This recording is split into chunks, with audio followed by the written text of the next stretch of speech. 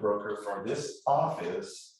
I've been with Keller Williams for about 8 years, so that's part of my intro. So I'm going to be teaching you the Ignite session, work with buyers and sellers.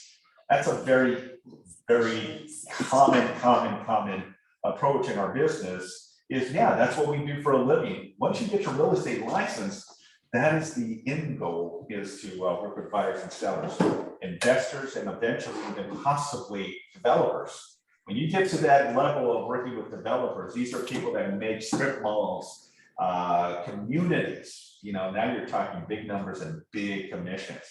Even your investors, people that flip property, maybe small new construction homes, are also a great opportunity for you to dive in. But the majority of your core of your business is going to be working with buyers and working with sellers. All right, well, let's go ahead and introduce the material. All right, so win the buyer, win the seller, work with buyers and sellers, make and receive offers, negotiate offers, get to the close and plan your future. So these are all the remainder of your Ignite platform, okay? So we are working with buyers and sellers. I'm also going to be spearheading the session 18, which is negotiate. I have a passion for negotiations, so we're going to dive into that as well. All right, so today's agenda: success with buyers, success with clients, success with your co-agent, success with sellers, daily success systems, and then obviously we'll recap, okay?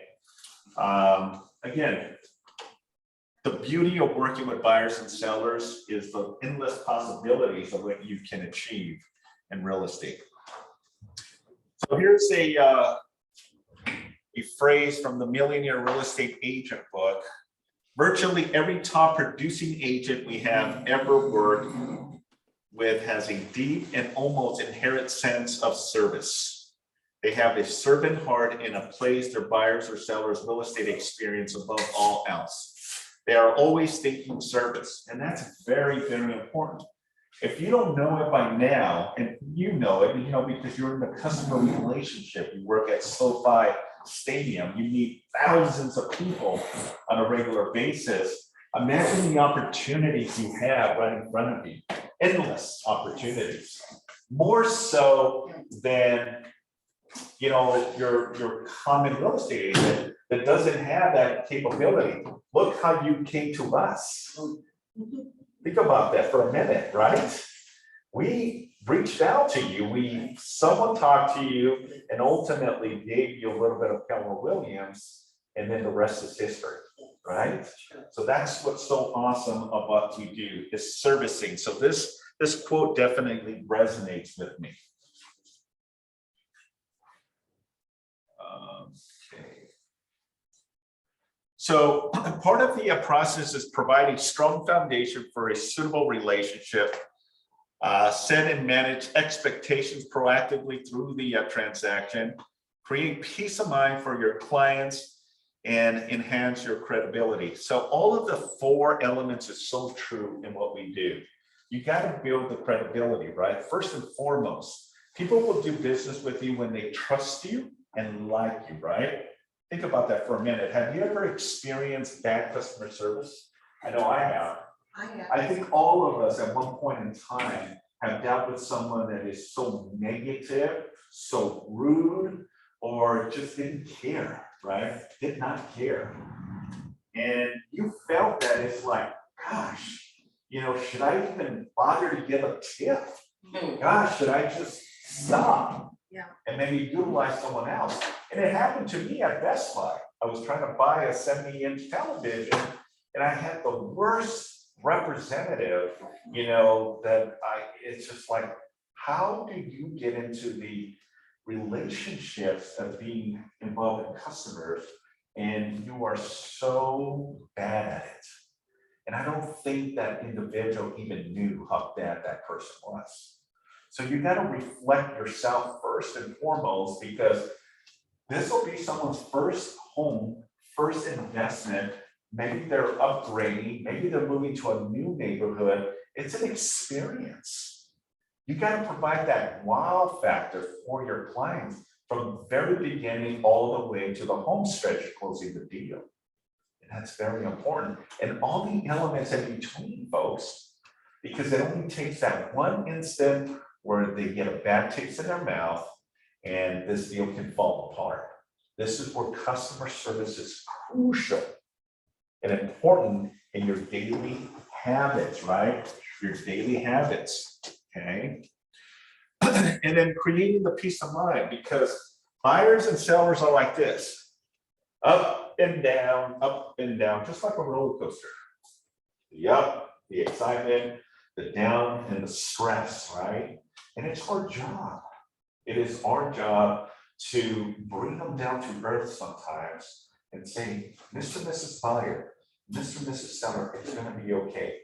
I am here as a resource. Let me explain what the next process, the next step is going to be. I got you. We got this together. Little things like that will ultimately get you a lot of perks. And ultimately, what's going to happen is if you give great customer service to your buyers and your sellers, what are they going to do? They're going to refer you business. A lot of the top performers get their business from referring clients. Hey, you know what? Simon did a great job in selling our home. I highly recommend that you utilize or reach out to him, see what you can help. Those are complimentary that you should take care of because those are valuable leads that you're not even cultivating. These are things coming to you because you did such a phenomenal job. Make sense? I hope it does. Does it make sense to me? The 3 levels of service: purpose, value proposition, and your fiduciary responsibility. Think about this for a minute. What is the purpose of what we do, right? You know, write it down and give me one thing that you believe is the purpose. Write one thing of your value proposition. What is your value proposition? I know what my value proposition is.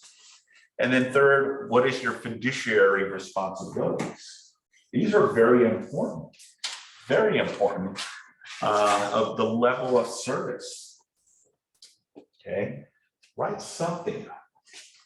One word, one sentence of the level of service and the purpose, value proposition, and your fiduciary responsibility. Because these are all part of the process of working with the buyer, of working with the seller, working with an investor, working with a developer. Okay. And then grade yourself. Are you up to par? Because grading yourself, you know if you need to level up, or you're good, or you need to kind of change some stuff to give your potential client a 5-star concierge service, if that makes sense. Okay? It's very important, especially in the line of work that we do.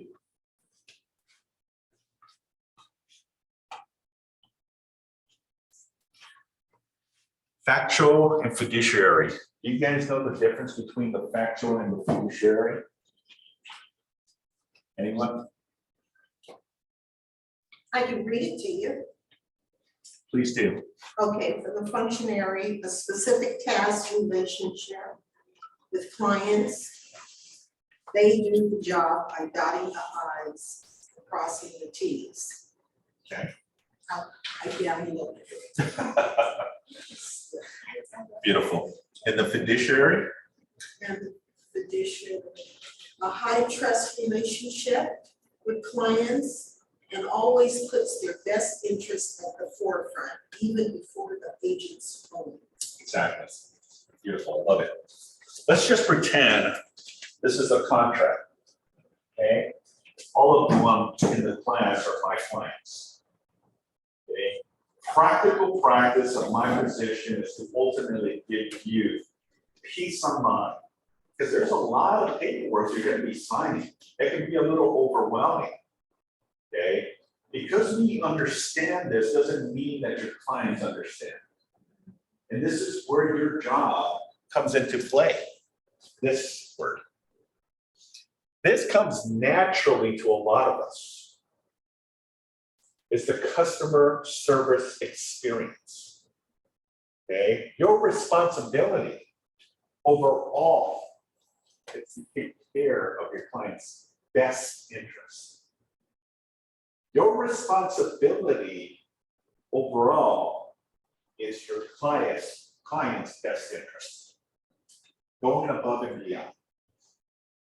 Going above and beyond. I want that all of you would give me a good review. But I also need to know if I did a horrible job or a bad service to you. Because then I know what I need to do differently. Every transaction, it doesn't matter if you represent a buyer or a seller, is going to be a unique experience. A unique experience. Not all transactions are the same. The process is the same, but your experiences with the clientele may be different because everyone has different personalities, right? My personality is going to be different than your personality. Do we mesh? Do we not mesh? Am I understanding? Am I listening to your needs and wants? Or am I just dictating what I think is right, but not really listening to my clients? That goes back to your value proposition, right? What is your propositions that you're offering your clients? Powerful, very powerful words. Dual agency. When an agent represents both the buyer and the seller, remember your fiduciary commitment to your clients. Now, let me just be as transparent as I possibly can. You know, and I hate to use my years of experience, but I have to use my years of experience because this will set the tone in the parameter on the importance when dealing as a dual agent. And what is a dual agent? A dual agent is representing both parties in a transaction. Buyer, seller. Boy, oh boy, can that be stressful. Very stressful. Is it possible? Yes. Is it illegal? Yeah, not in California. We're one of the few states that allows us to do dual agency. I cannot promise the future if that's going to change. Because there's there's states in other parts of the US that do not allow an agent to represent both parties. Because it can be a conflict of interest. How can you possibly represent two people and be able not to divulge information when you have it up here? You know the seller's position, you know the buyer's position.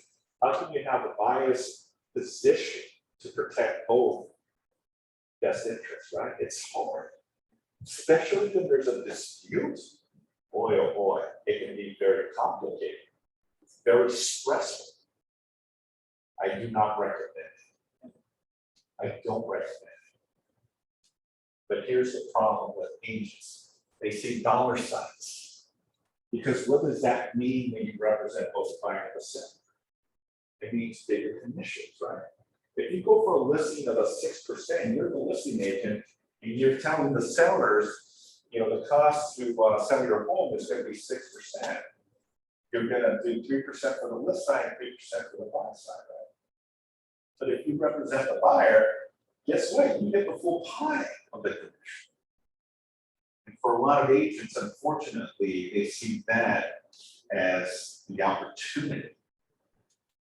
They don't really see the aftermath of the problems you can be involved when there's a dispute and you represent both parties.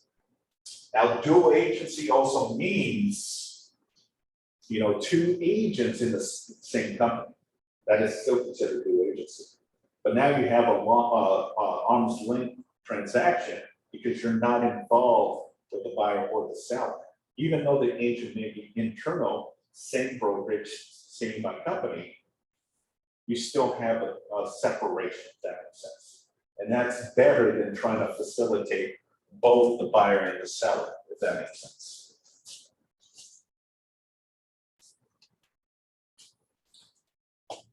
Let's set up your expectations. Okay. So review the transaction process. So part of the process with working with a buyer, it's in some way, it's a checklist of items. Get the pre-approval for a loan. Okay. Find your new home, negotiate the terms, coordinate, the vendors, which is your inspectors, plumbers, roofers, electricians, contractors. Get the appraisal done and then prepare for closing. Okay. Then you have your partner with an agent, set clear search criteria, make an offer. This is your responsibility. Okay. This is your responsibility. This is also your responsibility. Make offers, under contract, negotiate inspections, and pre-close preparation, post-closings, right? Now, it's hard to illustrate it via presentation. But if I was to handhold you through the initial process, because all this can be like this. Finding the right lender.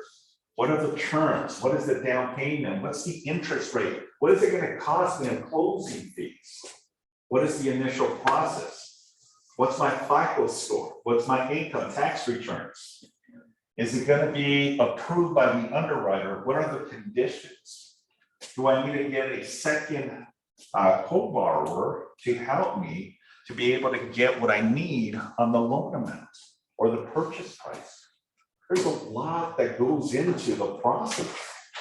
Thank goodness that's a lender's responsibility, not a real estate agent. Okay, but you should understand some concept and understanding of the lending process. Because what if the client asks you a question? Does that mean you have to know all answers to your client's needs? No. No. But you should have the basics of understanding what the loan, the basics on how to navigate and find them a new home, the basics of understanding negotiations, the basics of knowing who are your affiliates, who are your vendors, your basic of appraisal, okay, and your basics of closing, which is your escrow companies, your appraisals, your home inspectors, you as a real estate agent, on the multiple listing service, and then your lender. These are your support, your team. And then setting the clear search criteria. Do you really know what your client's needs and wants? Are you consulting with your clients and getting an understanding of what they really want? Well, Simon, I want to buy a property in Torrance, okay? Well, if you know Torrance has 5 different zip codes, what part of Torrance would you like to live? What is the price point? What is your comfortable mortgage payment? Is the schools very important to you? What is the layout of your home? Do you need a 1 or 2 or 3 car garage? Do you need a big lot or small lot? Do you need a newer home, or you're okay with an average 1950, 1960 home? Does it need to be near a park, near a freeway, near the beach? These are questions you must be asking, or at least be listening and writing them down. Because if you're not following the criteria search, what you're going to end up doing is setting yourself up for a failure. Because you're not going to be able to find your buyer's needs, and they're going to get discouraged. Be a good listener, right? Be a good listener and get to the meat and potato of what their needs and wants. And I can assure you that if you do so, you're going to be able to lock in more opportunities that are going to hit your client's bells and whistles. Because there's 3 parameters to a property: a cold house, a warm house, and a hot house. But what do you mean by cold, warm, and hot? A cold house is when you walk into a house and you just don't feel it, right? Your clients do not feel it. This house just doesn't feel right. I don't think I'm ready to pull the trigger, right? Then there's a warm house. Simon, it hits all the bells and whistles, but I'm still not really 100% sure that this is the right home for me and my family. And then there's the hot feeling, right? The hot feeling is like, as soon as they walk in, their heart is pounding, right? Oh my God, it has everything that I want. It has that walk-in closet, ladies. It has that pool. It's facing the right direction. It has AC. I love the big kitchen, right? Everything about this home just feels right. You're ready to pull the trigger and submit an offer. Okay, that's what I consider a hot property. Okay, any questions on the transaction process? Does all this make sense? It's pretty self-explanatory, right? Set the time of expectations. Set document expectations. Set communications expectations. Set contingencies expectations. Set up to date market expectations. Okay. So let's go through the motions of all these expectations, because what I'm hearing is, God, geez, they're putting a lot of expectations. Well, ladies and gentlemen, if you haven't picked it up yet, you are getting paid really well to service the client. You are getting paid about $500 to $600 per hour to service a client. Guess what? You are making more money sometimes than a doctor or an attorney makes per hour. Think about that for 1 minute. These are doctors that get PhDs, masters, go to medical school, 12 years to 15 years specializing, just to be able to work on a human being and make good money, but not real estate money. Same with an attorney who went to an Ivy League, like a Yale University, paid $400,000 just to go to school to get a bachelor's, and became a lawyer. And now they charge $300 to $450, possibly $500 an hour to consult with clients. Real estate makes more money if you really put the parameters in place. The expectations is you. You can set that bar of where you want it to be, because the goals that you set is the goals that you can either achieve or not achieve.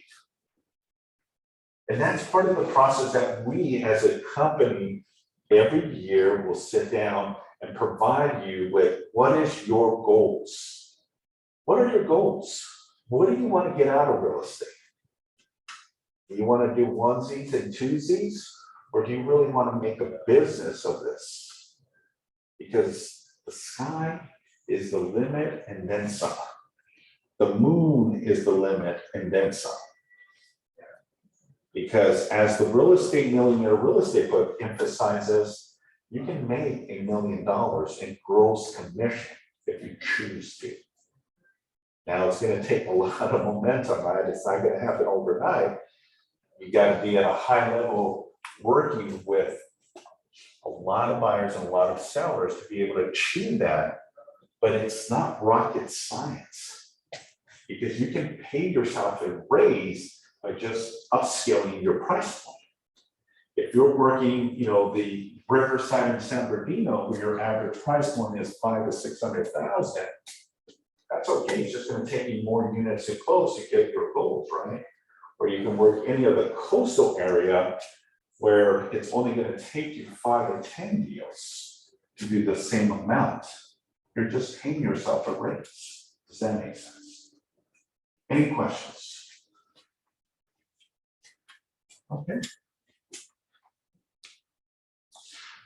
Now, part of the setting your expectations, obviously, is utilizing Command at a high level, okay? And Command is one of the platforms that we have here. Some people love it, some people love it. Okay, I have to say that, by the way. But if you're using Command at a high level, believe me, it's a leveraging tool that allows you opportunities if you know how to navigate them. Your websites, your apps, your smart plans, your opportunities, your referrals, All that stuff is part of Keller Williams Command platform. Utilize it at a high level and you'll see benefits from it. Now, let's dive into gaining referrals. Provide value, ask for help, plus rewards. Who wants more referrals? All of you should be raising your hand. Yes, because referrals are basically free opportunities. I'm referring a business client to you, I'm referring a business client to all of you, right? You didn't have to cultivate that referral. It's someone that gave you that opportunity. Your job is now just to ask the right questions, right? Provide your value on how you're going to help them achieve their goals. This is where you as a professional come in, providing the value and then asking for help. And it's okay to ask for help. We have the support here, folks. We have the technology here.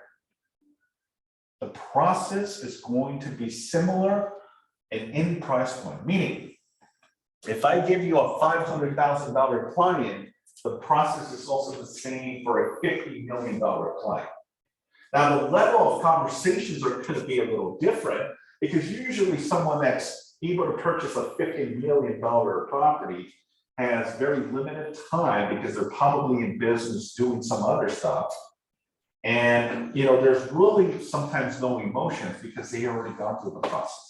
Where someone at 500 may ask you a lot of questions. The level of conversation is obviously going to be a little different, but the process is the same. That's what's so awesome. That you can make on one deal $40,000 commission or $450,000 commission. It's the same thing, same process. Hope that makes sense. And then the benefits of the reward, right? The reward is no different than playing basketball, winning the championship, playing football, winning the Super Bowl, playing soccer, playing chess, playing tennis, swimming, Olympics, closing the deal is the rewards. Being the top agent in the office or top performer in sales value, units, or GCI, the rewards are for your clients and also for you as well. Okay. Any questions? All right, well, let's go ahead and continue. What is this? Stars? Yeah. 5 stars. 5 stars, right? Okay. Now, you know that a lot of people, when they do reviews, right? Have you ever been on a website like an Expedia, Booking, you know, or some type of business is always looking for reviews, right? And a 5-star review. You want to be the 5-star concierge professional real estate agent every single time you're meeting with a client. Even though that client doesn't buy with you, you still want to be able to say that you gave that individual your best. And that even though they may not buy from you, they can refer you business. Does that make sense? Yes. So remember the mentality that you must have every single day, because for me, this is me every single day. Every single day, I want to be able to give 5-star to my agents. Am I going to fall short? Yeah, I'm a human being. Am I going to make mistakes? Yes, I'm a human being. Am I going to make errors? Yes, I am a human being. But I'm going to shoot for the stars and at least get my 5 stars every time I'm talking to my agents, because for me, it's taking care of my agents. Or as you is taking care of your buyers and your sellers. Does that make sense? Okay. You want to get reviews anytime you can possibly get from buyers and sellers.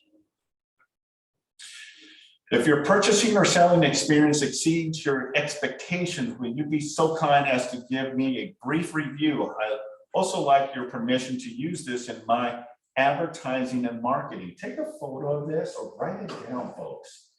It's a simple script that you can use. Is it okay to ask for a review? Yeah. Why wouldn't you? Every time that you're servicing a buyer and a seller, you should be asking, if your experience was high and your expectations exceeded, would you be so kind to give me a brief review? And if it's okay with you, Mr. Buyer, Mr. Seller, can I also post it on my advertising marketing? Because everything that we do is all about reviews now. Guess what? If you're going to go on a listing appointment, they're going to be probably searching you now on social media. I know I get a lot of people searching me, and I don't do the level of sales like the agents in the office do. But they'll make decisions based on what they see on social media sometimes. How does your social media platforms look like? Okay, is it professional or do you have personal as well? You got to be very careful because sometimes commingling your business with your personal may not reflect the way it should be, and that can also alter someone from utilizing you for your services. So have you done a hygiene scrub of your social media, such as, I don't know, Facebook, Instagram, Twitter, and all these third-party social medias? Is it look professional or not? Because that's very important. People will make judgments, unfortunately, based on your social media. Okay. I want to be able to get 5-star reviews. Any questions regarding this? Does this make sense? Right? It's not rocket science, right? Seller reviews, buyer reviews. Okay. So, any ahas? Anything you'd like to share? Does this all resonate with your common sense? Okay. What are we going to do different?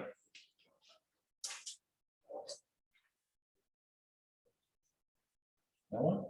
I guess I'm gonna have to up my game on social media. I'm not a social media person. Well, it's not necessarily upping your game, okay? And I want to emphasize, please, because a lot of us in our generation didn't grow up with social media, okay? I was at the cusp when social media was just taking off. But like my parents, they're not computer, what is it, computer? Savvy, What is it? computer savvy, Computer savvy, yeah, that was another word I was going to use. literate.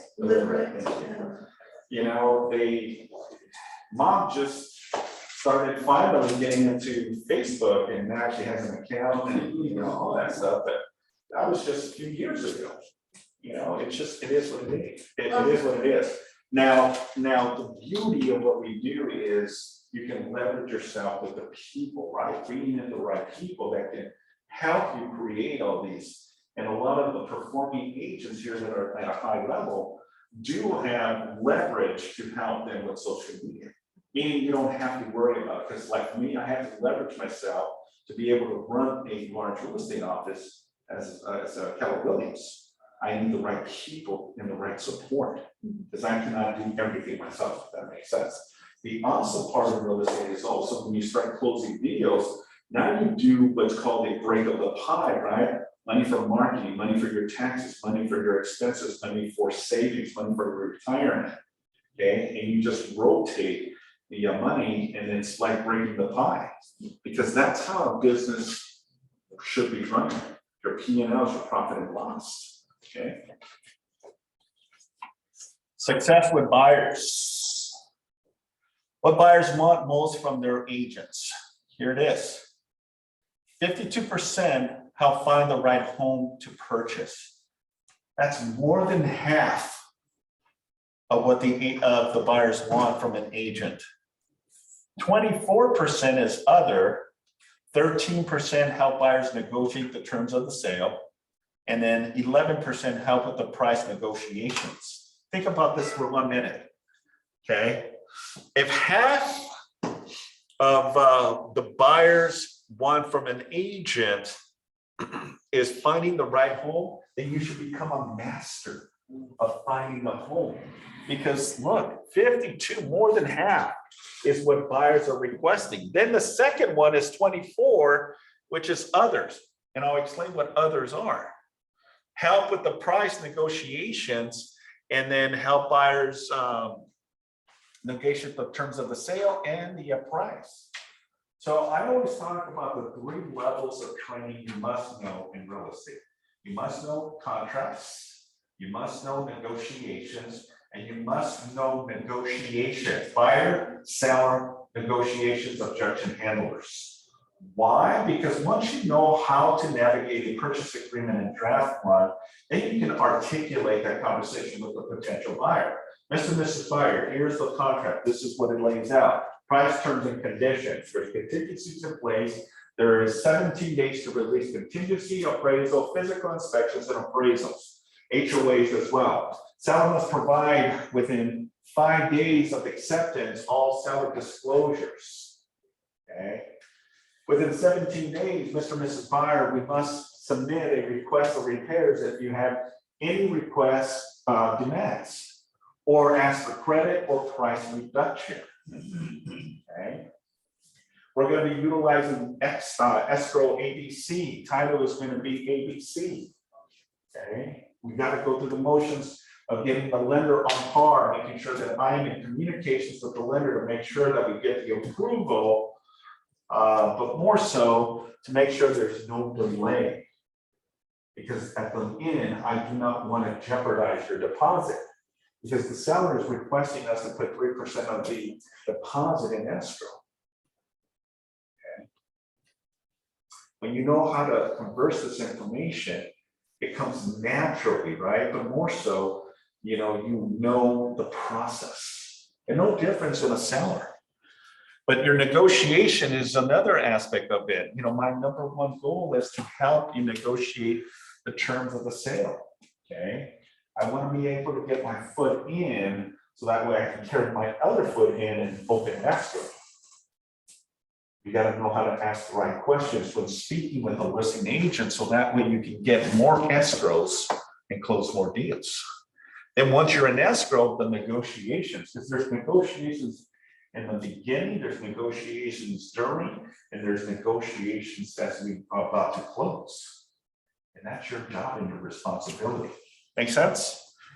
Now, the other stuff is all in between all this stuff. Okay. Finding the home, negotiating the terms, negotiating the price. But all this is all the inner parts, such as the loan. What is escrow? What is title? What does an inspection report look like? How do we submit an addendum, a request of repair, seller's response to the buyer's request, the appraisal? All that stuff is within that 24% of other. Okay.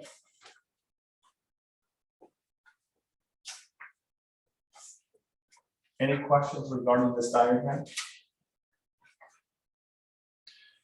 Buyer's need analysis. Who will be living in the home? List adults, childs, and pets. What are the non-negotiables for your home?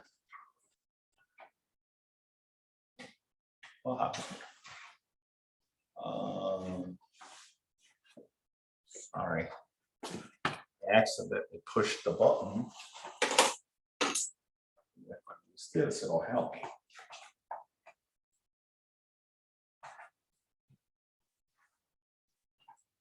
Here we are. Okay, so buyer's need analysis, right? Beyond your top 5 needs, what is something you really want? These are part of your consulting appointment, folks.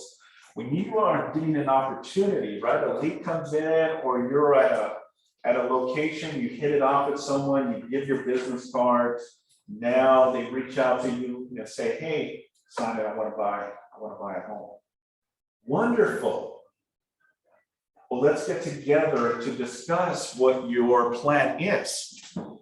This is some of the things you should be asking a potential buyer. This is your buyer consultation period.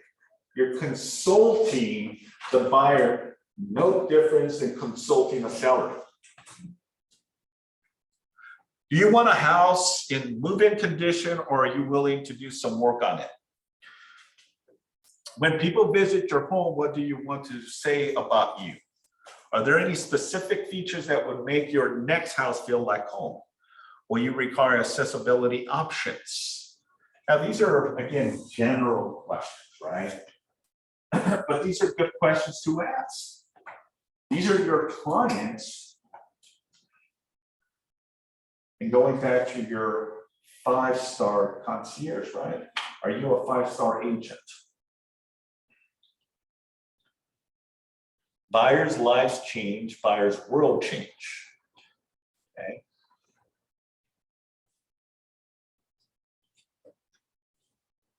Tough conversations.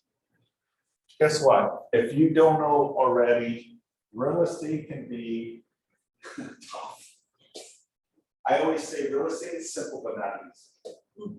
Real estate is simple but not easy. I can paint a real beautiful picture and say, you know, we close 12 transactions, one sale per month. It's simple, right? Yeah, 30 days to go find and identify buyer or seller. It's not easy sometimes because of sometimes the comfortable, tough conversations. Guess what, ladies and gentlemen? The key component to your success is able to have a thick skin in real estate. You gotta be nice, you gotta have a smile, you gotta do the right things, but you also have to have a thick skin. It's tough sometimes for a lot of us, having that thick skin, because it's not in our DNA, right? It's not who we are sometimes. But it's not about you, it's about your clients and what their best interest, what they want. Because guess what? If you cannot do it, they're gonna find something. And they're going to leave you to go find that other person. That's not what I want. Right, Jimmy? I want you to have all of these buyers, all of these sellers, and close them. You have to have a thick skin. Showing homes based on your needs analysis. Again, part of the consultation, folks, is sitting down, anchoring the conversations, and telling them, what do you want? That's it. They'll tell you. I remember many years ago, there was a client says, hey, Simon, I want is that Ferrari that's in that garage. Okay, I'll put it in the offer. And I did. Part of the stipulation that the buyer wanted was the house plus, you know, the car that was in the garage. Now, did we get the Ferrari? Unfortunately. But I've been in negotiations and a lot of agents that they'll make an offer and they want all the furniture to stay with the home. I've seen that happen. The buyer will walk in and it looks like a model home. It looks like it's staged. And it's not staged, it's the client's furniture. And they'll say, look, I don't want to buy furniture. I just want to bring my clothes and move into this beautiful house. Okay, we'll put that as part of the offer. Buyers submitting an offer with the stipulation and request that all the appliances and furniture and everything, you got to be specific, as part of the agreement. That's doable. Very doable. Yes, ma'am. What if the opposite is the case? You just mentioned everything that needs to go. Be more specific, right? Fridge, stove. Yeah, absolutely. If there's something that the buyer doesn't want to stay with the property, you can put that as a request. Like some. Get rid of it before closing. Yeah, typically. So let's just say there's a refrigerator in the garage. If they don't want that, And part of the MLS is that all appliances will stay with the property. But the seller, but the buyer does not want that because they want to put their customized refrigerator in the garage. Then yeah, we can put that as part of the stipulation on the agreement. Buyers requesting that the fridge in the garage be removed prior to possession. Or anything that's within reason, right? If it's attached to the property, then most likely that's going to be something that the buyer may do. Remember, at the end of the day, all property is sold as is condition. And the buyer doesn't see that the seller doesn't have to do any repairs or remove anything. Any questions? Showing homes best practice. Show only the best properties for your buyer.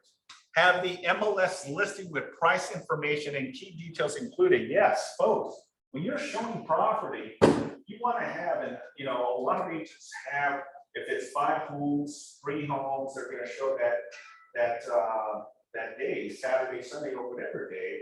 You want to make sure that you have all the information. Okay, so if the buyer asks, well, what was the price again? What year was this home? What kind of roof is it? Okay, let me look. What are the terms? Okay, let me look. Because it shows that you know what you're doing. Mark properties on a map and answer location questions, okay? One of the 3 things that I always encourage agents, especially doing open houses, okay? Know all the major streets, know all those schools, elementary, middle school, and high school. Where does this home fall under? Okay. Major streets, schools. And then last but not least, what are some of the major things that that city has?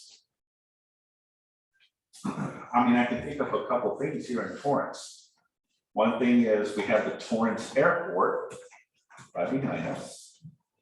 We have the Delama Mall just north of us. We have the what is that?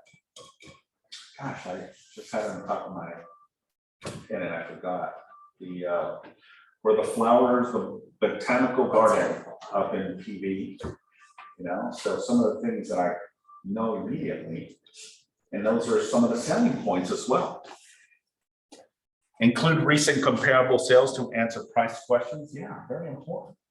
Because buyers will always ask the agents, well, what do you think this house is worth, Simon? Yeah.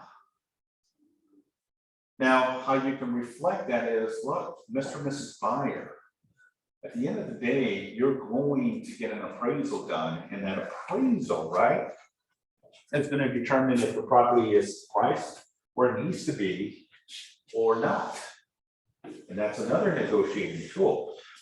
But you as a professional should be on par and know, is this home overpriced? Well, what are some of the indicators that a price is over, a home is overpriced? Anyone? What are some of the indicators that a home is overpriced? Yes, ma'am. Maybe it's been on the market too long. Okay, perfect. Property being on the market too long. What else?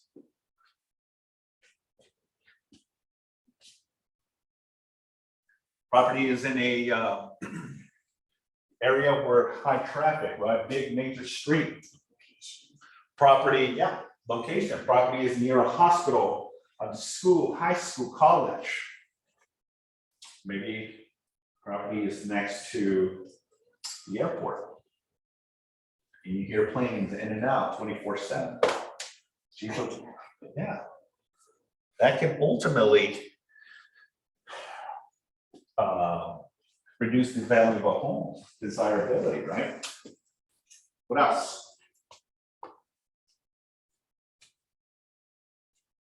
What about condition of the home? Yeah, right. Who wants to move into a ready, move-in condition home, right? Ah, this house is beautiful. I just got to bring my clothes and I'm in. but this house needs a lot of work. Those are big factors. Point out potential issues, concerns with each house. What are some of the concerns? You're the professional, okay? You should know a lot of this stuff. You're hired for that purpose. It's your job, your responsibility. Make sense? Any questions? Okay.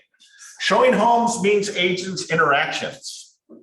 Home tour kits, all right, so sanitized wipes, pandemic has obviously shown us how to do business different, right? So sanitized wipes, graphic for sticky locks, paperwork, contract, customer needs, MLS sheets, listing agents, contact maps, first aid, flashlight, look, tape measure, office supplies, paper goods. I can tell you from personal experience, not too many agents, and this is something that I would definitely have part of my arsenal of tools, have a tape measure. Oh.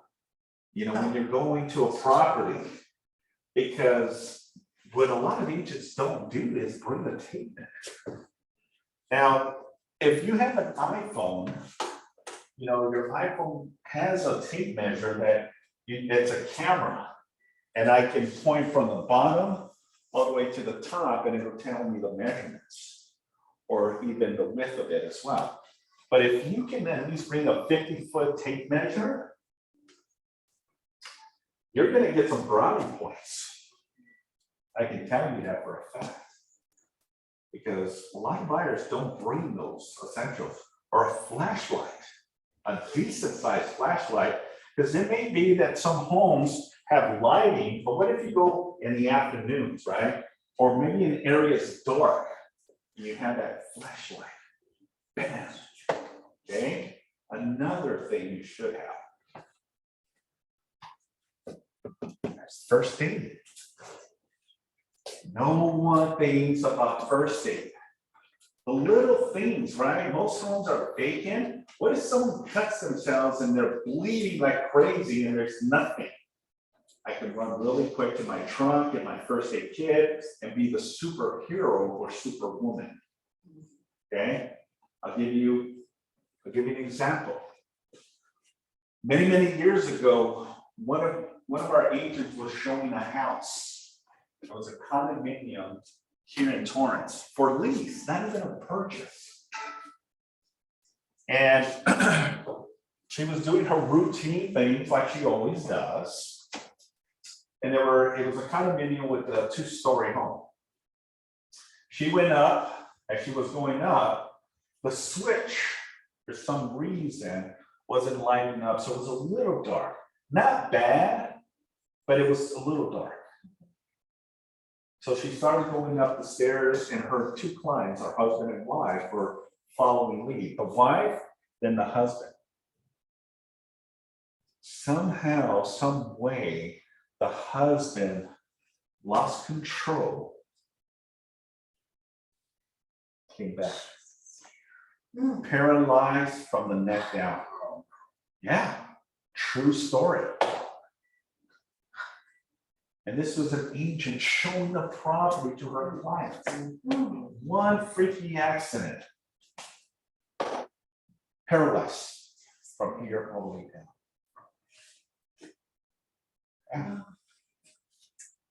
Yeah. I heard something similar to that with one of with the other company, the booties you put on. One of the title companies had provided them, Yeah. and they were kind of slippery, Yeah. and the customers put them on, and the guy slipped, fell backwards, and paralyzed from, I think, a spinal injury or something. Right. Freaky stuff like that happens. How many people have accidentally walked thinking, Yes. smack themselves? True. I did that. Yes, that's very common. Very common. You know, especially when they're clean, it looks like it's happened. Right? Yes, sir. What happens with any of those under liability? I'm sorry, say it again. Liability, who's liable? Well, that's a very good question. If it happens in a home, then typically it would be the liability of the homeowner. You know, the homeowner, that's the reason we have, you know, homeowners insurance to protect, because again, you're allowing people to come into your home, right, to show it. But if something happens in the home, what's gonna happen? They're gonna try to sue the seller. It's not the agent's fault that's showing the property, but you as a real estate professional also have to understand, if you see something, you address it. Because how many times have you been in a house and there's a step and you just, right? Someone older? I'll give you another example. My mother. I hadn't gone on vacation. We go to Mexico to go and celebrate my mother's aunt's 80th birthday. I was so excited because I was able to spend time with my mom and then my mom's sister, and it was going to be a big event for my great aunt's 80th birthday. And we were staying at a resort. We got up super early. We had breakfast on the rooftop. It was beautiful. The church was the first thing they blessed the birthday girl or men, and then the festivities right after. So we got up super early, had breakfast, and then we went back to our rooms, take a little quick nap, and then get ready and be ready by 11:30. So the vehicle would pick us up and then take us to the church where we're going to celebrate my great aunt's birthday, right? Start the celebration. Well, darn it, you know, my mom had not high heels, but she had heels on. And my mom at the time was a little on the heavy side, not too much, but she was a little on the heavy side. And in Mexico, a lot of these resorts don't have railings where you can hold it. Wow, my mom, I was coming down, my mom loses her balance, twists her ankle, and the blunt force, what do you call it? Your shan's right here, it snapped, and the bone exposes out of her skin. Yeah, something out of a movie. Yeah, it's crazy. I turn around, I hear my mom screaming, and I see her poor foot tingling. Oh my gosh, I was like, what the heck? Something out of a movie. Something freaky, and I thought my mom's foot was severed because it was just hanging. And then I immediately go back and I said, Mom, lay down, and I'm like holding her foot because I don't know how severe it is. We were in Mexico. We don't have insurance in Mexico. Yeah. And the first thing is infections, right? When you have an exposed wound, infections can drastically change everything. Well, thank goodness, you know, I chose one of the best hospitals to do the surgery. And, you know, it was just to put the bone back, seal her up, but she had these metal rods coming out while we brought her back to the US, where she went to her primary hospital and had titanium plates and screws put on there. But man, oh man, was that a scary event. You know, Mom was in the hospital, yeah. You know, we were there to celebrate, and ultimately disaster happened. And thank goodness, thank Did it goodness. happen after the celebration or No, before? before, so she didn't even get to celebrate with us because she was in the hospital throughout the whole entire trip. But it could have been worse. Mom could have fell, broke something else. You know, there's so many things that could have happened. But the moral of what I'm trying to say is be careful, all right? Be careful, because one, we do not know all the houses we go and see. Another example of any of these is there was an agent who was almost 7 foot. Okay, okay, 7 feet is like a basketball player, right? Well, one of our agents listed a property and on the garage, there was a wooden beam. And he went in there, smacks his head. And then now he's trying to sue, this was a while back, sue the seller, but also sue the agent and the brokerage. Yeah, crazy, Wow. okay? You know, you just never know, never know. Safety first when showing homes. It's just funny, right? Safety first. Think about it for a minute when you jump on a plane, right? How many been on a plane? What is the first thing before the plane even takes off the taxiway, right? The stewardess or the flight attendants, right? What do? They go through a safety check, right? In case of an emergency, this is what's gonna happen. Well, think about this for a minute. If you were to be proactive in your position and have a safety check with your clients. A lot of agents just don't do that. Job equals sell homes. Job, show homes. Not sure what this means. It doesn't mean that you need to show homes, you need to sell homes. That's what I get, right? Sell more homes, folks. But this is where your expertise comes into place. Because if you're very charismatic and you're very caring and you're really informed and you're very patient and you're a good listener, all those elements lead to then submitting offers, right? And now you're going to transition all this that your clients see of you into now working with the listing agent to finesse, right? Because you want to know what their needs and wants as well of the seller, because you want to get your foot inside, right? So you can open escrow and close escrow. I love what you said, yeah, 100%. I texted the agent one time to show a property and asked him, can I show your property tomorrow at 3 p.m.? To which he replied, yes, you can sell. Can you only show it, you can sell your property. Absolutely.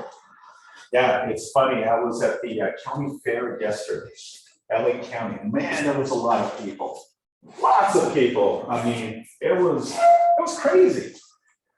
And you know that at the exhibits, I don't know if you've been in the fair, but at the exhibits, there's a lot of these young kids that will try to bring you to clean your shoes. They have these little sprays and they have these little wooden things where you put your foot and they try to clean. They'll do one shoe with the hopes that you buy the product.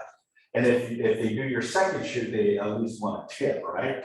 Well, this one guy says, he just flags me without even knowing me. You, sir, come here, come here. I got something for you. You know, he was selling me, you know, and that's the proactive approach. Where there's a lot of exhibitors that are just with their head down on their phone, not really selling their products. But there were some that were very engaged and trying to hook you, right? Well, real estate agents should be the same way. We should have the finesse. We should have the ability to really be charismatic. Because that's how you attract people to do business with you. Buyers and sellers and agents. That's our job. That's your responsibility, okay? Reason buyers hesitate. They're afraid to commit. They don't like some minor details of the home. They feel that they haven't seen enough homes. They need to sleep on it or get the opinion of a trusted advisory. Now, all these are objections, folks, that you should be able to facilitate. Okay, can I show you how? Yes. All right. I'm the agent. You're the buyer. And anyone, I'm gonna just say it out loud. So, are you ready to submit an offer on this beautiful home? One of you say, I'm afraid to commit to this house. Anyone? I'm afraid to commit to this. Okay, tell me a little bit more why you're afraid to commit to this house. I don't know if I can afford the monthly income and The monthly taxes. payments? Yes. Okay. All right, that's understandable. But what I understood originally when we were consulting on a consulting appointment, that you were comfortable with the $700,000-800,000 price point. What you're saying that, you know, the 800,000 price point that we're seeing this home just is a little too high. Is that what I'm hearing? Yes. Okay, so maybe what we need to do is find a home maybe in the 700 to 600,000 price point, where your monthly payment is going to be at least another $500 to $600 less. That sounds good. Okay, all right, that's perfectly fine. Okay, so once we identify a property that is within your budget, you'll feel more compelled to go out and an offer. Yes. Fantastic. All right, that's my job. We're gonna find that home. I have a question Yeah, on that scenario. yeah, Should that be done prior to us showing the home? of Of how course. much they Of can afford? course, of course. Yeah, because you're not gonna go show homes that are, you know, if they don't qualify for $1 million, okay, you're not gonna go show homes at $1 million. These are questions you must ask from the very beginning. I'll be the first to tell you, when I was a new agent, anyone that says, I wanna see a house, I was like a puppy. Okay, let's go. And I would jump in my car and go show a home without pre-screening. And then I wasted time, effort, and energy on people that were motivated but just didn't have the means because I didn't pre-screen them to see where they stand. So yes, get that information off the bat. And that's probably my fault, because they're afraid to commit maybe a lot of variables, okay, not just monthly payments, you just use that. But I would have said, well, that's something that we should have had a conversation before showing you this house. Because if you are not comfortable with an $800,000 price point, we shouldn't be seeing this home. But I just went with the motions of that, okay? But being afraid to commit made me a lot, because buyers get cold feet. That's just proven. Buyers get cold feet, okay? But it's our job to caress, not necessarily caress, but you know what I mean, to be able to comfort them, because it is a big decision. It is, you know, it's not easy. And a lot of us have our different ways in how we can commit, right? Committing to a relationship, right? I don't want to commit anymore. I want to commit to getting married. I've been married twice. That's it for me. You know what I mean, right? So I'm afraid to commit. All right, the next one. They don't like some minor details of the home. Okay, any of you say that to me. Simon? There's some minor things that, wait, Simon, there's some minor details of the home that I just don't feel comfortable. Okay, tell me a little bit more. What are some of the details that you don't like about the home? Because you asked that you wanted a 3-bedroom home, 2.5 bath, 1,500 to 1,700 square feet on the school area that you want. Now, this is a simple fix, because what can we do to homes? There you go. We can add square footage, we can modify, we can rehab, we can do whatever the client wants.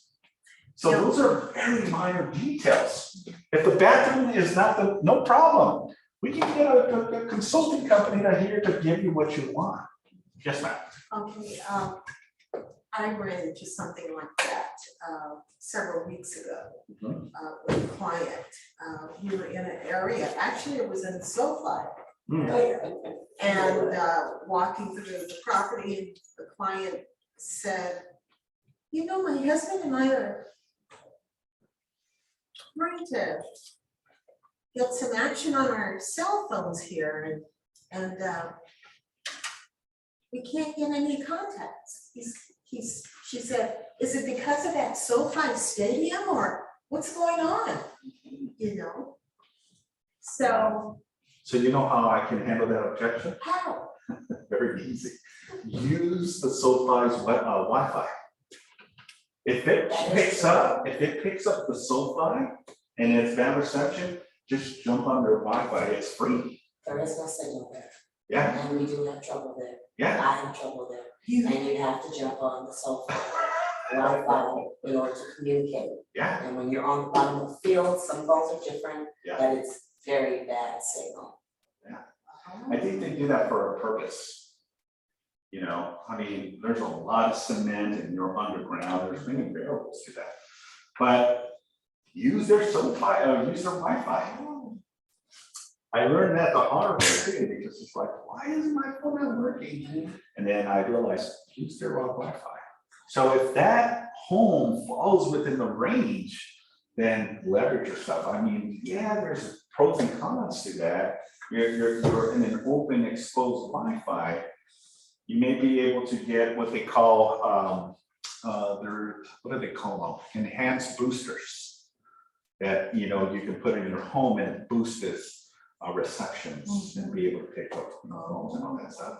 Yeah, AT&T has them. I remember when I used to live in Chino Hills, that was the same thing. I lived in the hill and poor reception too. So I bought this AT&T Boost that it connects and it just boosts reception to my phone. So never lost any or dropped any calls or stuff. Yeah. Thank you. Yeah, my pleasure. They feel they haven't seen enough homes. Okay, how many times has that been? All right, so tell me more. What are the specifics? Because I want to show you homes that are not within your specifications. Okay, so again, those are conversations that you can really anchor to really get to the meat and potato of what they truly want. You're not going to go show a home if they don't want a swimming pool, right? You're not going to show a home that's up in the hill and there's a cliff if that's not what they want, right? You want to make sure that you get as much information on what they want. They need to sleep on it and get the opinion of a trustee advisory, okay? So if you were to ask me that question, I'm going to say, well, who's that trustee advisory? Who's that person that you need to consult with? But nice that you Yeah. today. Exactly. Is it something that we can jump on a quick three-way call with them right now and have a conference? Or is it something that whoever this person is, can they come with you at the showing so that way they can give you their opinions right there on the spot? Because time of the essence with a lot of properties. And if we wait or delay, that home that you really truly like may be gone in escrow. Makes sense? Guidelines to facilitating the decision-making. Always go back to their motivation. Okay, well, Mr. and Mrs. Fire, what's your motivation from a scale of 1 to 10, 10 being you're super motivated, you're ready to pull the trigger and submit an offer, right?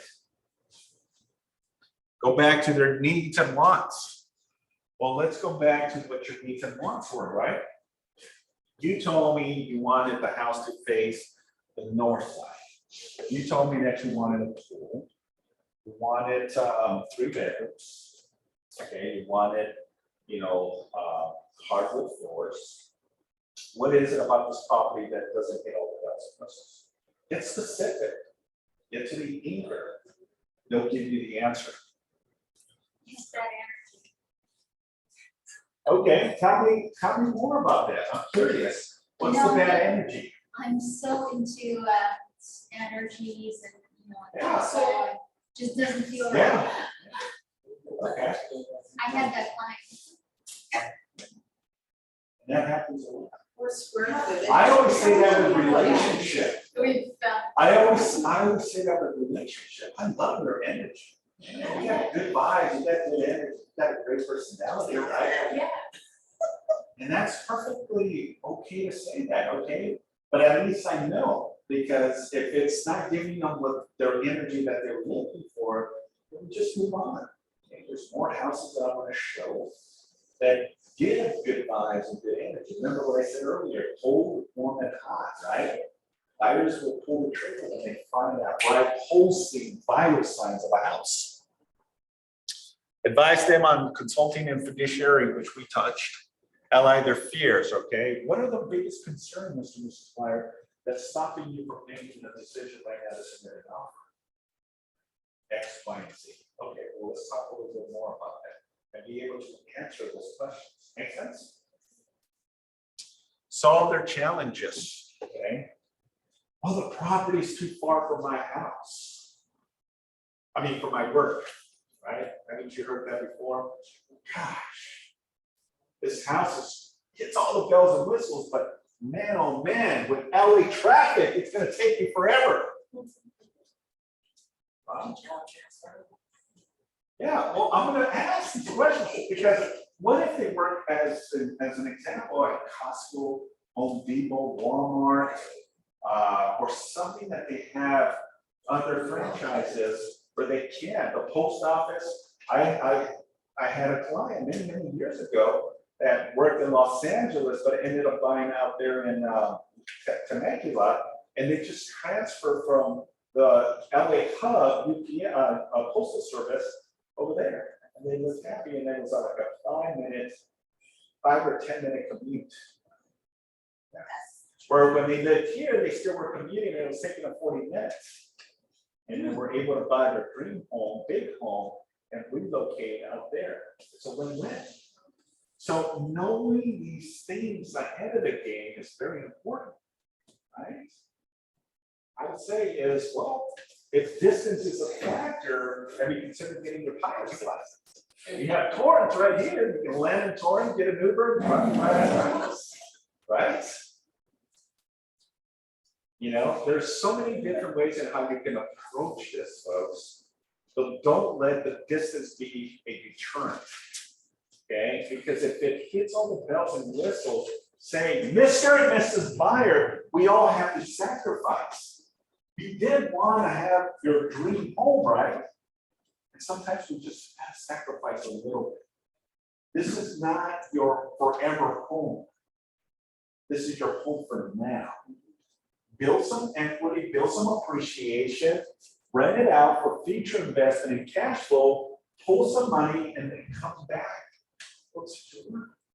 And it can be in 3 to 5 years for a lot of real estate. It's not your forever home. Are you ready to pull the trigger?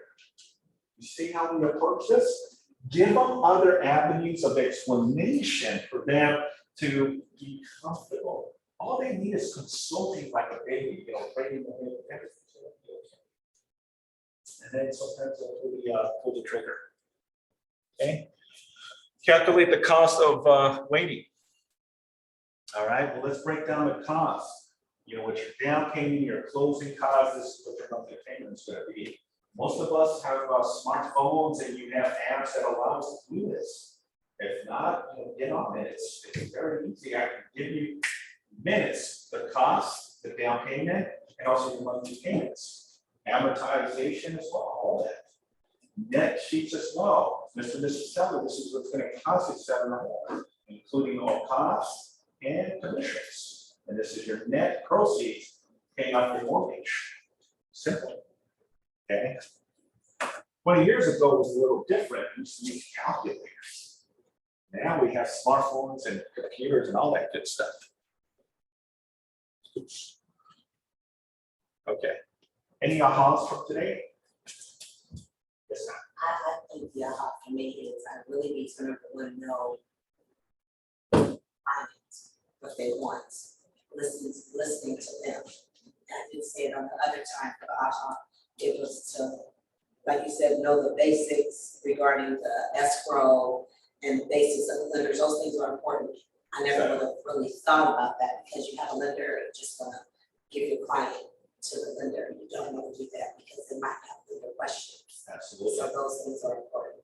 But communication and listening to what the client wants and delivering so that they'll be happy.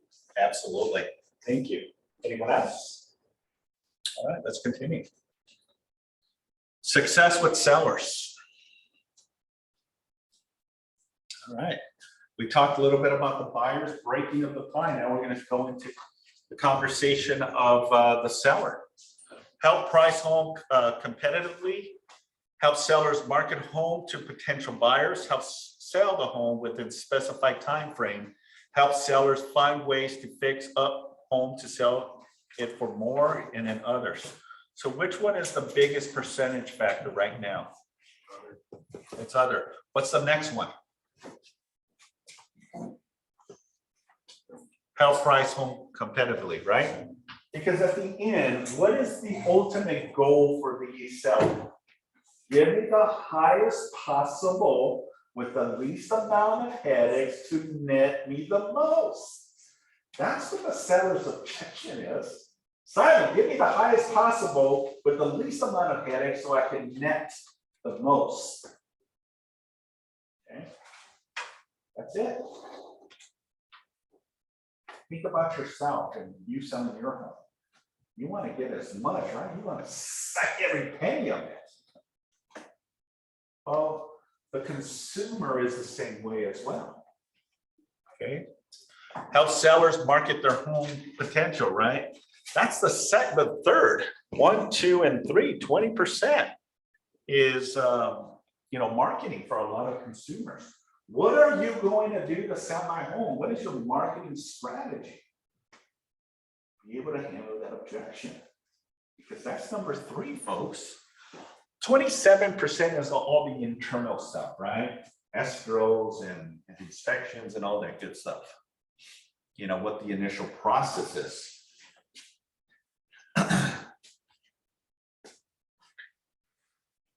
Help sell the home within a specific time frame, right? Well, I need to be back east in 60 days because I'm getting a job transfer. Okay, so instantly we need to price the home competitively in order for them to get where they need to be. Because if you price the home way above the area, it's going to sit. And at the end, they're going to be disappointed with you. Well, Simon, it's 60 days and you still haven't sold my house. What's going on? You told me that in 30 days, this deal with this home would get in escrow and close. Think about that for a minute, folks. So this is your job, your responsibility is to really understand the market. And more so right now as we are changing and pivoting to this new norm, right? Rates have climbed. My last home, I got it at 2.75% interest fixed for 30 years. Lowest I possibly had any loan. 2.75. Okay. Fixed for the rest of the loan. You think I'm going to refinance that? Yeah, no. I'm going to leave that baby alone. Get some appreciation and some equity. Still not going to touch it. But, again, all that is a big factor, right? The higher the rate, eventually price comes down. So think about it for a minute. Help sellers find ways to fix up their home to sell, right? You should also consult it. Okay, you walk into the property, your first thing as part of your listing presentation. Mr. and Mrs. Sellers, thank you so much. It's 4 o'clock. Wanted to come in here and look at your home. And the first thing is, Mr. and Mrs. Seller, can you give me an opportunity to kind of see from the buyer's eye your home and look at your home? Yeah, please do. But I'm going to walk the house without the sellers. Now, people do things different, okay? Some say, Mr. and Mrs. Sellers, please give me a tour of your home. Give me some of the highlights. Or some agents, no, let me just take a look from my view. And then I'll walk the house. I'll look at the bathrooms, the kitchen, the closets, the hallways, the bedrooms, the backyard. Physically look at the home because I already know in my head where I need to be with the sale of this property, where I'm going to market it. But more so, is the property in move-in condition, or is the house dated, or is the house in bad condition? Because that's going to be a factor of how I'm going to list this home, right? No difference. And that's 60% of sellers' concerns. Okay. Sellers' needs, price, terms, and convenience, which is net, in my opinion. What can you possibly highest price with the least amount of headaches to net me the most? Convenience, right? I want convenience. I want the most. They reference it as price, time frame, and conveyances. Okay. Any questions on this? Yes, sir. Simon, The way the market is going now with the higher interest rates and everything. Yeah. Is the as-is market for a higher price, multiple offers, is that kind of out? Yes, yeah. We're starting to see properties not get as many showings. We're getting properties not getting as many offers. We're getting properties that are staying on the market a little longer. And we're starting to see price reductions, and we're starting to see compensation to the cooperating brokerage, more commission. So that tells me there's a shift coming. And in certain areas, it's already hit. I heard a CNN this morning, only half of the homes are selling. Yeah. Really depends on the area. So what's gonna happen is, when it was a seller's market, right, meaning a lot of qualified buyers, but very few homes for sale. So that's why I was able to raise property value, and now the sellers were able to cherry pick buyers. Well, if you want my house, you're gonna pay me premium, but you're gonna release your contingencies, and you're gonna close in 15 days. If you don't, I got buyer B that's willing to do so. Are you in? Oh, yes, I'm in. So that's why we had an inflation. And this is where a lot of agents were struggling. But now, from a seller's market, it's gonna balance out. And eventually, if it continues with the rates climbing, now we're gonna have a buyer's market. Well, what does that mean? That means less qualified buyers and a lot of inventory, a lot of people selling their property. So now buyers are gonna be able to cherry pick, and they're the ones that are gonna be negotiating. Seller, give me a credit of $15,000. Seller, fix all this. Where it was the opposite, folks. That's just the way it is. Yeah. It doesn't matter what market. If you're on the seller's market or a buyer's market, it doesn't matter. You get the benefit of both. You just gotta know how to pivot. You just gotta know how to transition yourself from that. Okay? Know your data, right? Jump on the multiple listing service and know your data. That's very, very important. Okay, yes, ma'am. What does agent do if a seller negotiate on commission? For example, instead of 6%, I have someone who's say that he will sell it for 4%. Yeah, so very simple. If I was the agent and I was getting a 6% commission, and the seller tells me, well, Simon, I got agent B from so-and-so company that is willing to do it for 4%. So this is how I would approach that objection. This is why you run contracts, negotiation, and objection handlers. Well, that's a very good question. Here's my big concern with that. If an agent is willing to reduce their commission right off the bat, my concern is how good are they in securing and negotiating on your behalf when someone submits a global offer? Are they going to give in as they did with their commission? I'm a professional, and I'm going to give you professional advice, and I'm going to give you the most possible for your home. If someone is willing to reduce their commission, it tells me that they're not good at negotiating. This is why I charge what I charge, because I am good at what I do. And I can promise you, the commission of that 2% difference is not that much. Because what I want to do is give more incentive to the buyer agent, so that way we can have more of a bidding war and give you more price. Yeah. Do you think we might have in the future a clinic for contracts and negotiating? Absolutely, yeah, Because, absolutely. Because Definitely that seems to be, the challenge. that's a challenge, and it's almost like I feel like I would have to walk through a clinic to be able to understand. Absolutely. I'll definitely put on the calendar. But does that make sense of what I just said right now? What is your worth, right? I know what my worth is. Try to negotiate that with an attorney. Imagine this for a second. You get involved in a car accident, you're now looking for an attorney to represent you to get you what you want, right? You go in there, they're gonna say, well, my fees are 40%. And you go in there and say, well, can we negotiate that 40%? Can you just do 20%?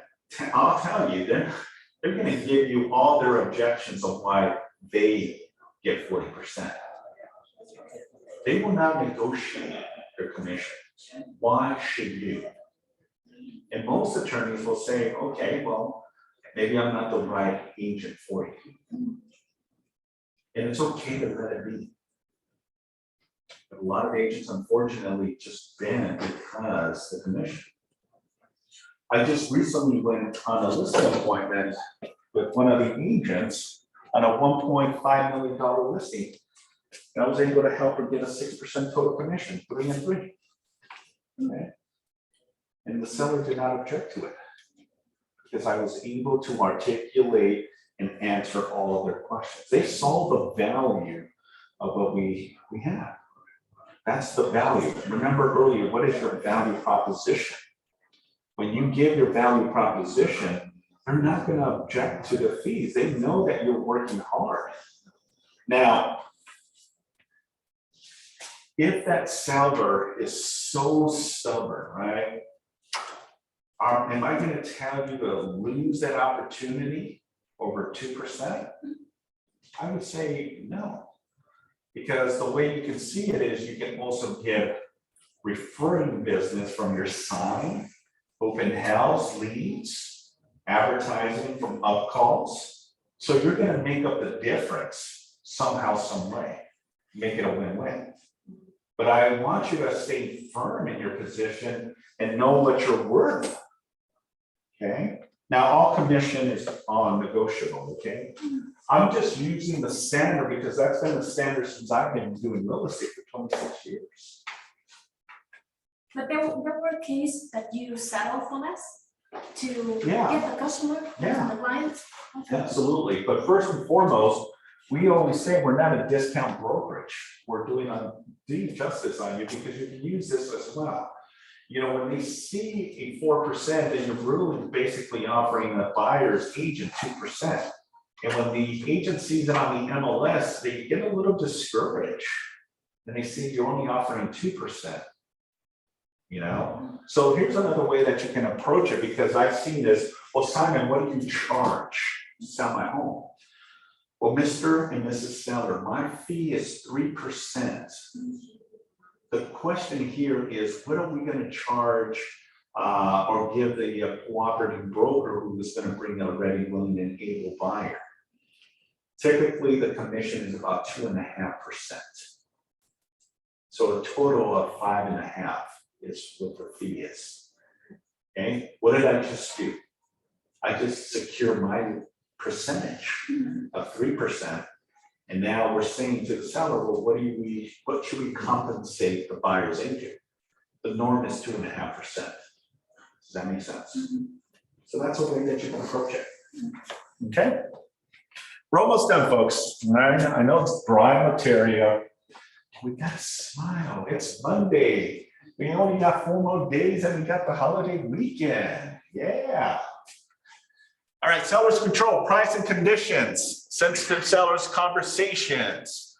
Great agents, client communication provide a strong foundation for a sustaining relationship. Set and manage expectations proactively through the transaction. Create peace of mind for your clients and enhance your credibility, right? All these are all bullet points that you must know and understand, okay? Provide a strong foundation, okay? Set the bar high, right? Setting the bar high from the very beginning. What is that green thing on there? Okay, setting the bar high is very important, right? Your years of experience, your production, your customer service, your 5 stars, right? All those are important. Your bio, Okay, what are you giving to the consumer that they will give you the opportunity? Now, I get this a lot, Simon, I don't have that many sales. When I'm going on a listing appointment, if they ask me that question, how do I handle that objection? Use the company's production. You're one team. This is your team. We have 350 agents. We did $500,000 in sales value. We're shooting for $750 to $1 billion this year in sales value. We're growing as a company.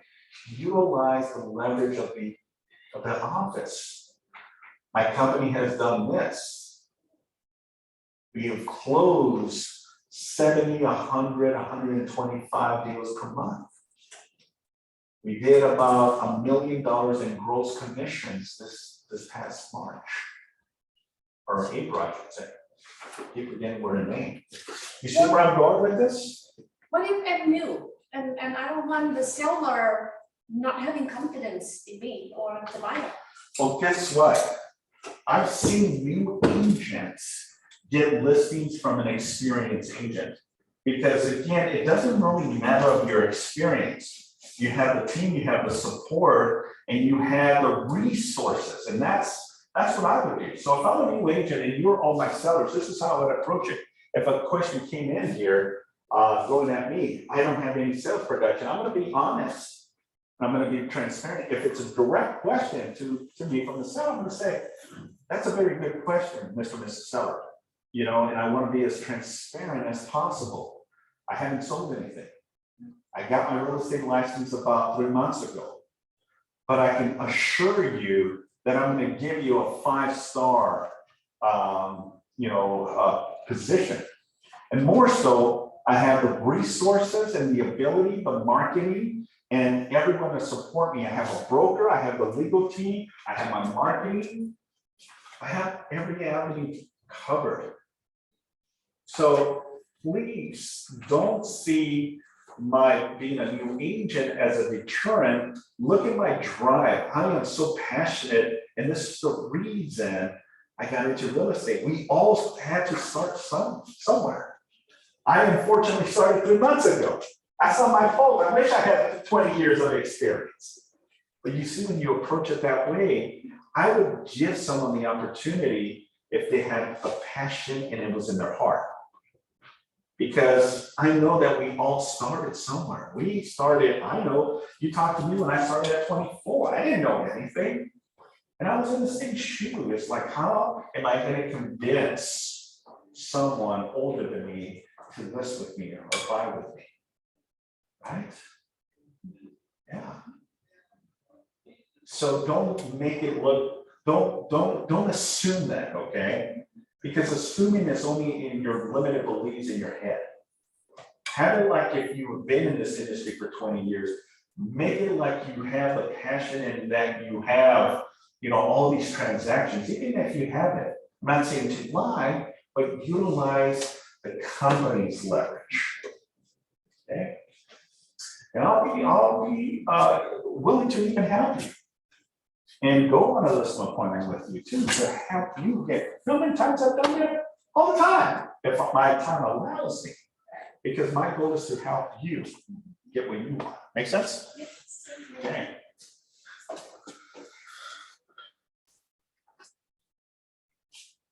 Okay, what happened? This thing for freeze.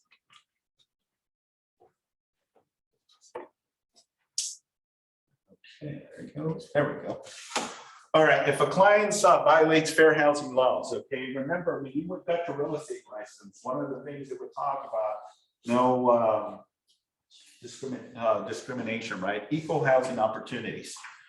Remind the client of their obligations under the fair housing, discontinue representing the client, okay? You, as much as they could fire you, okay? You have that ability. If you ever feel threatened, feel uncomfortable, especially the ladies, okay? Not more the men, but the ladies. You have the right to terminate the agency agreement with anyone. No one should disrespect you, make you feel uncomfortable. You terminate, you let me know as the broker, and we'll nip it immediately. I'll stand and defend all of you. including my male agents, okay? No one should ever feel uncomfortable. Report the incident to your broker, okay? I am your broker. Fully document the situation, right? Everything must be in writing, okay? Any text message, any email you get, any voice message, just save them. Because that'll be your evidence if we have to do a police report. Or we have to take it into court or something. The more evidence, the more proof you save and document it. Make sense? And that goes with all jobs, right? That's the common rule. Well, it's no difference. Yes, you're an independent contractor, but you also have the rights too. And we should never discriminate, okay? Never, never, never. I will not tolerate it, and I will, even if an agent, I will, terminate the agency agreement, okay? Because that's just not who we are. And what's so awesome about this office is that we're very diversified, and that's what makes us so unique. It's so awesome. Fully consult an attorney if necessary. We have a legal team as well, right? That we can always reach out. Any questions on equal housing? Yes, sir. Yes, Simon, in your recent experience, what are some examples that have come up? I can just give you one, the most obvious one, that is Trump. When he was dealing in New York, he used to get under low income people out of properties so he could rebuild. You can't do that. Yeah, 100%. He's probably in so many litigations that we don't know all the internal stuff he's dealing with. But yeah, that's what do they call it? Something antitrust or something. I can't remember. Blockbusting or redlining, something to that nature. I don't know, but yeah, you're probably right. All right, no commission is worth your reputation, right? This is 100%. Remember, and I hold this to the core for me, because I know that my real estate license is worth. I know what my license is worth. And I will never, and I repeat, will never jeopardize my real estate license. Because the real estate license has given me so many opportunities and the freedom to do something that I have a passion for. Do not take shortcuts. Do not do anything unethical. Do not do anything that can jeopardize your real estate license. Because as easy as it was to get your license, it's easy to lose your real estate license. The Department of Real Estate, the DRE, is not your friends. They're not your friends. At any moment you do something that is unethical and they get wind of it, they're going to investigate it. And it's going to cost you. It's not worth it. So these are our value systems. W, win-win or no deal. Integrity, do the right thing. Customers always come first. Commitment in all things. Communication, seek first to understand. Creativity, ideas before results. Teamwork, together everyone achieves more. Trust starts with honesty. Equity, opportunities for all. And success results through people. That is our values. WICCCCCTTES. Marketing plan for listings. Capitalize on the listings by marketing your brand at the same time to bring more listings and more buyers. So this is a very accurate diagram. And the reason it's an accurate diagram is because, see this is a stable. This is the structure. The more leads that you do, the more listings, and eventually the more leverage you will be able to be. So if you were to flip that, and I don't know if it has it here, no, it doesn't. But if we were to change the triangle, right?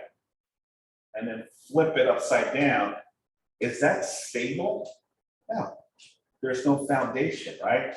This is stable because of the foundation. This is not, it's teeter-totter. So if anything, the more business that you can get is from prospecting for leads. that leads to appointments, that leads to listing, that leads to the ability to close more deals and the ability to leverage yourself. Remember, at the end of the day, you're a business, man or woman. And the ultimate goal is to run it just like any business, right? Where you don't want to work, you want to leverage yourself where the business is running systematic. It's running by itself because you got the right people. You should be on vacation, sipping on a drink, looking at the beautiful, beautiful beaches anywhere around the world, if you do it the right way. And for a lot of us, we have to work. And I still work because I have a passion and I love to pour into people. But there's going to be a time where I'm going to say, that's it, I'm ready. I'm going to hang it. I'm going to live what I want. This is now, tomorrow's tomorrow, right? And all of us have that path. But this is the tranquility of what gets you more business. Make sense? The message you put out to attract prospecting buyers and sellers is everything. Why would they want to contact you in this market? What would they get if they did? These two questions are at the heart of all effective messages. Part of shift. Okay, we're shifting. What did we say earlier? The market is shifting. You attract buyers and sellers, investors and developers. Okay, the more opportunities out there, the more leverage you're going to be able to get. It's a contact sport every day. Are you committed to play the sport of real estate? What is your commitment on a regular basis? I'm not telling you have to do 1,000 calls, 1,000 text messages, 1,000 phone calls, but commit to something every day, one activity, because that'll give you one opportunity or one chance for a buyer or seller. Does that make sense? I hope it does. Going back to real estate is simple but not easy, right? Simple to think of it, but hard to actually implement, okay? And that's where 90 to 95% of the time, they just don't want to do the necessary activity. They just want business to come, but they're not willing to put the time, effort, and energy. Okay? What you put in is what you get. No one knows you're in real estate. Because I see here is beautiful people that are models. You should be on a magazine. You know, modeling. I don't know what you do for a living. Okay, but have your stack of business cards, introduce yourself, you know, and it's not like you have to talk real estate. I was at a birthday party over the weekend and, met new people. I met a doctor who's a surgeon for the brain. Smart guy, super funny guy. I wouldn't have known, he wouldn't have known what I did. He owns a property in El Segundo. They're building a 4,000 or 5,000 square feet house. Their house got on fire, so they're redoing it, but they're adding more square footage. Here's my business card. I don't know if anything will resonate from it, but at least I meant that effort. Because what if he wants to buy an investment? What if he wants to sell that house? And because I connected, another story that I can share. I got a complaint on one of our agents. And I saw the emails back and forth regarding an appliance. Our agent, dual agent, represented by the seller, and the buyer was ticked that the appliance stove was not working properly, something to that nature, and reached out to me. And we were phone tagging for the last week or so. We couldn't connect. He called me, I was busy, I called him, he wouldn't pick up, and we're back and forth. Finally, I called him this morning, and I thought, man, this guy's gonna be upset because I haven't been able to connect with him. I didn't know who this person is. I just saw the name from my agent because he was very upset. I call him, he picks up the phone, and I'm dreading this, like, here he goes. And to my surprise, lady, true story. He goes, Simon, I know you. I met you 5, 6 years ago.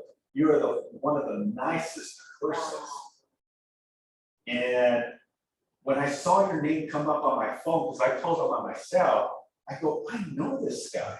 He didn't know I was managing this office. You are a really nice guy, and I got a good vibe. You're a good match. I was like, in my mind, I'm thinking, am I talking to the right person? Guess what? Because I had that connection 5, 6 years ago. He says he's not going to do anything. Unbelievable. He says, look, I'm out the month of June. My mom is doing not so good. She lives out in New York, but I'd like to connect and maybe have lunch with you in July. This is a complaint, and I saw the emails going back and forth with our agent and this consumer who was the buyer who bought in Manhattan. I think it was like at the time a $4 or $5 million home. Big numbers. And I was, again, thinking I was going to get the blunt of the complaint and all. He did, and I let him vent, but he also said a lot of good things. I don't know who he is, but he knows who I am. Relationships matter, folks. You just never know. First impressions can go years. This is an example 5 years ago.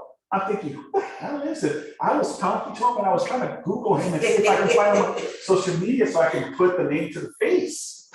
I couldn't. I couldn't. So, yeah, you just never know. Thank goodness it was a good call. We're almost done, folks. All right, another 5 more minutes and we're out. All right, can you hang in there for another 5 minutes? Of course. All right, love that. Okay, your MLS listing reflects your brand so you can get what you want. Number one, have the right documents for your region and market center uploaded. Utilize the right professionals to get great pictures and floor plans. Set the right schedule for your listing. So again, part of the process, part of the understanding is the element, having the right documents, right? The listing agreement, the disclosures and all that good stuff. And then utilizing the right professionals, right? You want to do professional photography, air footage too, if you want to use a drone, maybe a virtual tour. That was all great during pandemic, the last 2 years, where now people are more comfortable to come out and now we'll see physically homes. Yesterday was a prime example. I was at the county fair, LA County out in Pomona.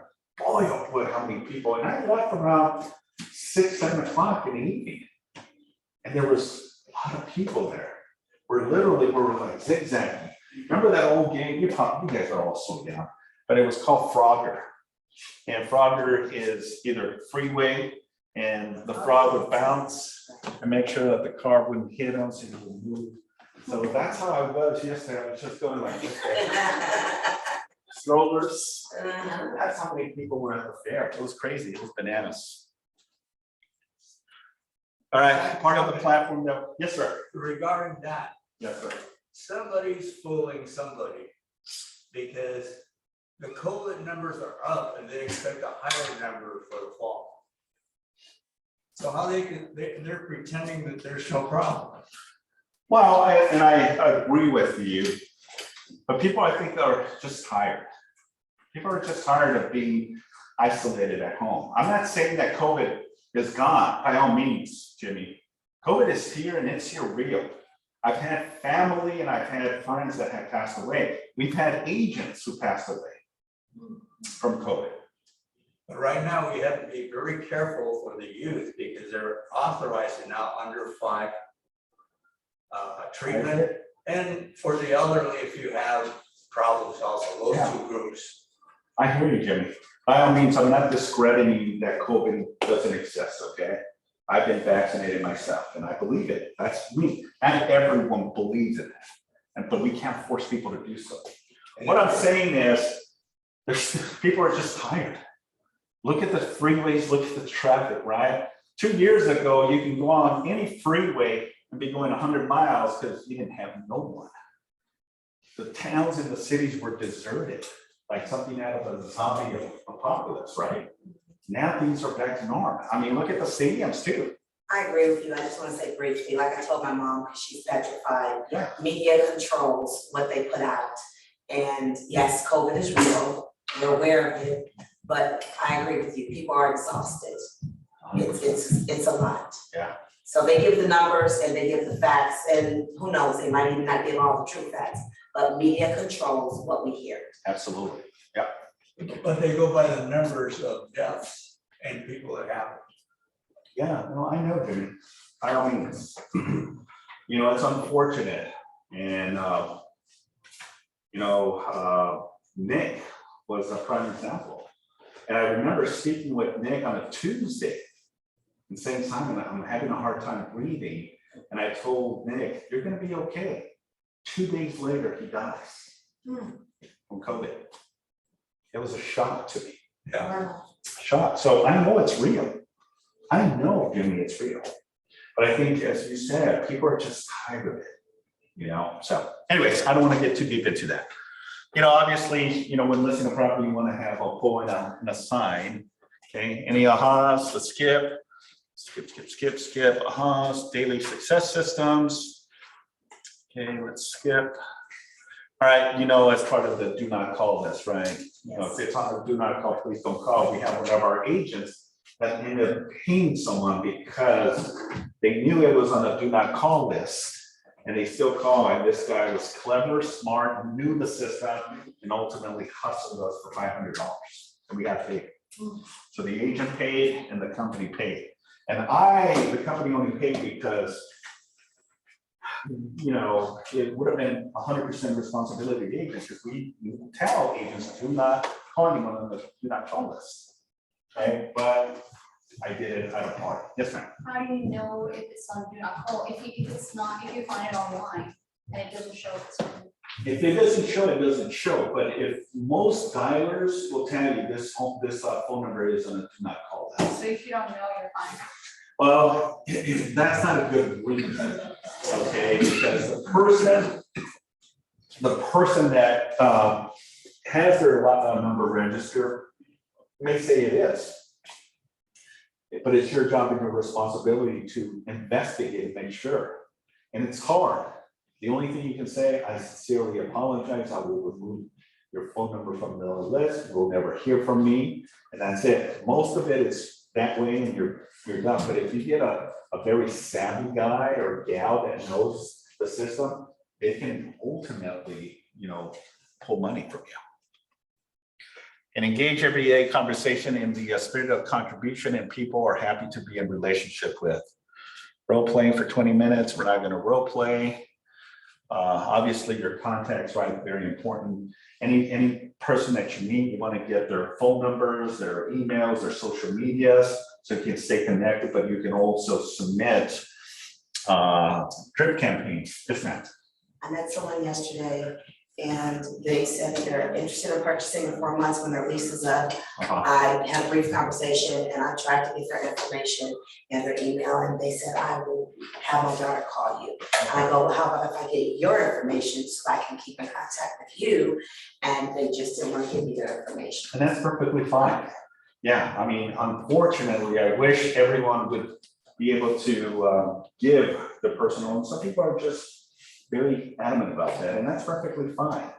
Here's my business card. If I can ever be of service to you in the future, I would love to work with you. And then give them a second business card to the daughter. So she has one, and the daughter or son has one as well. Is that in an open house? Was that, she's saying, was that in an open house? No, it was at a restaurant. Complimented my dimples and I started talking about real estate. Well, you're great. You know, to have a conversation about real estate at a restaurant of all places. You're pretty talented. You wanna flirt with me? I'm gonna try. Oh, okay. Okay, celebrate success, prepare next session. And that concludes our Ignite. Thank you, thank you. So Simon, Yes, ma'am. where can I see our production number? In case I want to reference it to, Thank you very client much. who does not have trust in it yet. Yeah, you can ask Natalie, she can provide you with the monthly or the year production. Yeah. Natalie to send her an email, say, hey, I'd like to get the company's production, and she can give you all that information. Because I found what you mentioned earlier was very impressive. Yeah, I'm putting myself as, a seller Yeah. and dealing with a new agent. right. So by bringing the company's production, that kind of like back me up. Right, Yeah, so, 100%, I hear you. thank you. All right, thank you. I appreciate you being on Zoom. Let me just stop recording.